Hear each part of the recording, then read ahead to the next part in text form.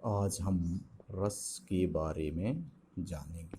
जो रस है क्या होता है, किसे कहते हैं, तो इसके बारे में हम समझने का प्रयास करेंगे।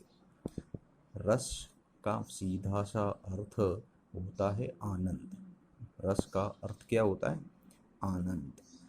अ, कहते हैं काव्य जो साहित्य है उसको पढ़ने से, सुनने से या देखने से जो हमारा हृदय प्रफुल्लित होता है, आनंदित होता है, उसी रस की संज्ञा दी जाती है।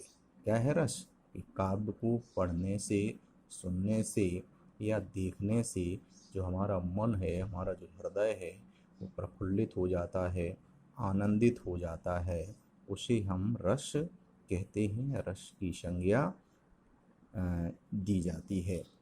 करें जो साधारण जो रस होते हैं या जो फलों के रस होते हैं, इससे जो ये रस होता है कैसा होता है? अलग होता है, भिन्न होता है इनसे, और यह एक विशेष होता है। ठीक है ना?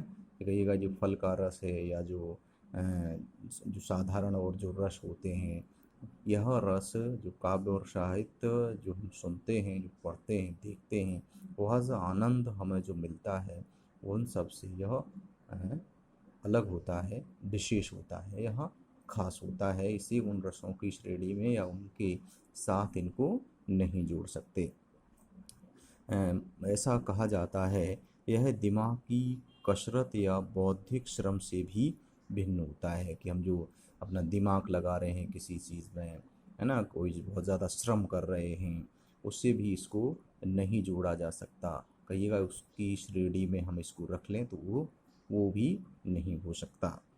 इसका जो सीधा सा जो संबंध है वो किससे है? मानव हृदय से। रस का जो सीधा संबंध है, सीधा जो जुड़ता है, वह मानव हृदय से जुड़ा हुआ होता है। और यह भारतीय जो आचार्य हुए हैं जिन्होंने रस को परिभाषित किया है, उनका भी ऐसा मानना है। और वह यह भी कहते हैं कि जब कोई मनुष्य मुक्त हृदय से, जब भी कोई मनुष्य होता है वह मुक्त हृदय से, बिना किसी तनाव के, बिना किसी दबाव के, वो स्वतंत्र मुक्त होकर के, एकाग्र होकर के साहित्य का अनुशीलन करता है, उसे पढ़ता है, उसे सुनता है, उसे देखता है, उसके बाद उसके हृदय में जो अनुभूति होती है, जो उसे प्रसन्नता होती है, जो उसे आनंद मिलता है, वही रस कहलाता है। तो आज हम समझ गए होंगे कि रस क्या है। इसके बाद जो भरत मुनि हुए हैं, क्या है? भरत मुनि, जिनकी रचना है नाट्य शास्त्र। कौन सी रचना है? नाट्य शास्त्र। तो उन्होंने रस के संबंध में अपनी उस नाट्य शास्त्र रचना में इसकी रस की परिभाषा दी है। क्या कहा है रस के बारे में? उनको व्याख्या की है उसकी कि विभावानुभाव व्यभिचारी संयोगा दृश्य निष्पत्तः। क्या है? विभावानुभाव व्यभिचारी संयोग दृश्य निष्पत्तः, यह रस की परिभाषा दी है। इसका जो अर्थ है, जो व्याख्या है, वो इस प्रकार से है कि विभाव, अनुभाव और व्यभिचारी भावों के संयोग से रस की निष्पत्ति होती है, यानी उत्पत्ति होती है। किस किस से? विभाव, अनुभाव और व्यभिचारी जो भाव हैं, उनसे रस की निष्पत्ति होती है, उससे रस उत्पन्न होता है।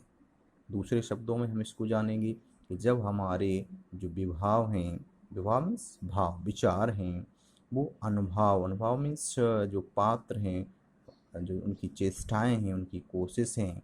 व्यभिचारी भाव से मीन्स है अनेक, जो हमारे अंदर जो कोई एक विचार नहीं रहता, कई विचार उठते रहते हैं, कई जाते रहते हैं।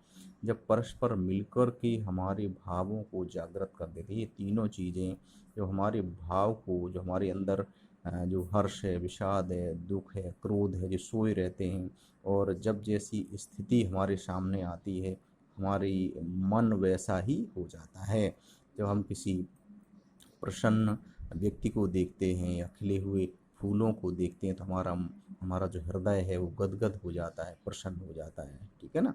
और जब किसी हम एक्सीडेंट को देखते हैं या किसी डेड बॉडी को देखते हैं तो हमारा मन वैसा ही खिन्न और दुखी हो जाता है। तो ये सारी जो चेष्टाएं हैं, जो भाव विभाव है और अनुभाव है, जो विचारी ये मिलकर के उत्पन्न कर देते हैं हमारे भावों को, तब वह रस रूप में प्रकट हो जाता है। तो ये सब क्या है, ये मिलकर के एक रस है जो जो प्रसन्नता की पूंछी है वो हमारे हृदय में गिरा देते हैं, उत्पन्न कर देते हैं।